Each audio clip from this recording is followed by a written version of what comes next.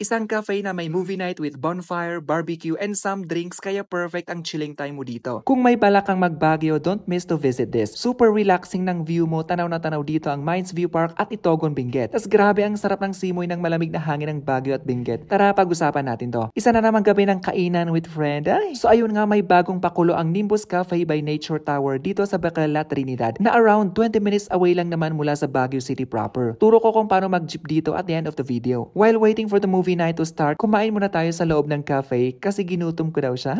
Ang sarap ng crispy dinakdakan, good for sharing na ito. 10 over 10 tayo dito. 9 over 10 naman tayo sa spicy tuna pasta, 9 over 10 din sa sinigang na pork, at 8.5 over 10 naman tayo sa spring chicken nila. Syempre, binalikan natin ang mga cookies nilang ang sasarap. Their coffee is also good, very Instagrammable, apart from the ambience na talaga namang very relaxing. 100 over 10 tayo sa ambience. May mga charging outlets at malakas din naman ang wifi kaya goods na goods sa mga students or working. This is their menu pala for your reference. Carry lang din naman ang mga prices ng foods and drinks nila. So ayun nga, bumaba na tayo sa bonfire area nila for the movie night and chill time. Ang ganda rin ng view mo mula sa elevator nila. Komportable ka naman sa mga upuan. And the best spot talaga ang seats by the bonfire. 6:30 PM nga pala ang start ng movie and may mga barbecue na silang nakahanda at mga drinks like wine and beer. At binigyan ko nga si friend kasi kung may alak, may barbecue. Char. Super nakaka-enjoy. A perfect unwind sa mga kasama nating stressed. Ito palang prices ng barbecue and other available drinks while enjoying your movie night. Bale, ang movie night ay available on scheduled weekends. Pero kung wala namang nakaschedule na movie night, pwede namang mag-request kahit bonfire with barbecue and drinks lang, basta grupo kayo. You can inform them sa kanilang social media page prior to your visit pag gusto niyo ng ganitong night experience. Pwede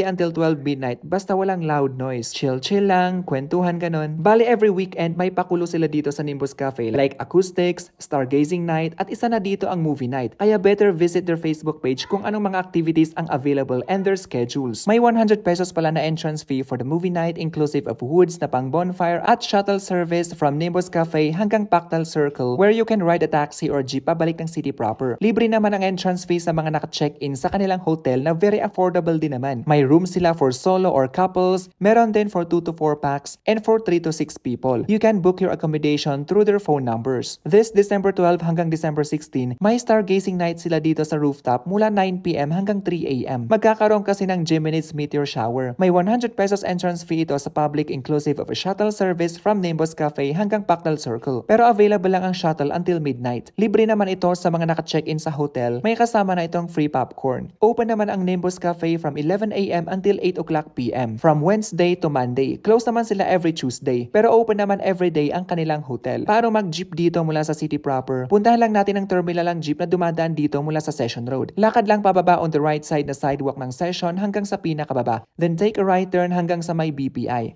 Pasok lang sa sidewalk na ito and then dumire-diretso lang hanggang sa may John Mark Drugstore dito sa Lacandula Street. On your right, may mga jeep dito. Hanapin lang ang may sulat na Bacol. Sabihan lang si Kuya Driver na sa may Nature Tower Hotel ka ibaba. 24 pesos naman ang pamasahe. Very accessible ang location kasi along the road lang siya. And no worries sa mga may car kasi super lawak ng kanilang parking space at super dali nitong sundan sa Google Map. Last trip ng jeep pabalik ng Baguio City proper ay 7 o'clock PM. May mga taxi rin naman pero medyo konti na lang pag gabi na.